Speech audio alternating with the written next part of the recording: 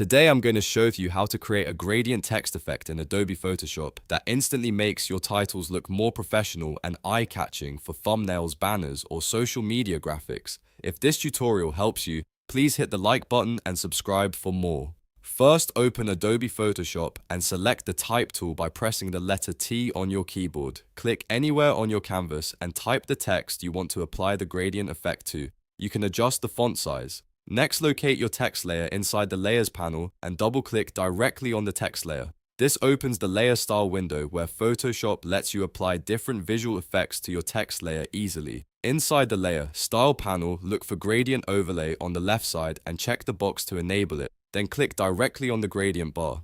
This opens the gradient editor where you can choose different color combinations or create your own custom gradient for your text. Now, adjust the gradient settings. Set the style to linear for a smooth blend across the text. Change the angle to control the direction of the colors and use the scale slider to adjust how wide the gradient appears overall. When everything looks good, click OK and your text will instantly display a smooth gradient effect. That is how you create gradient text in Photoshop. If you found this helpful, remember to like and subscribe today.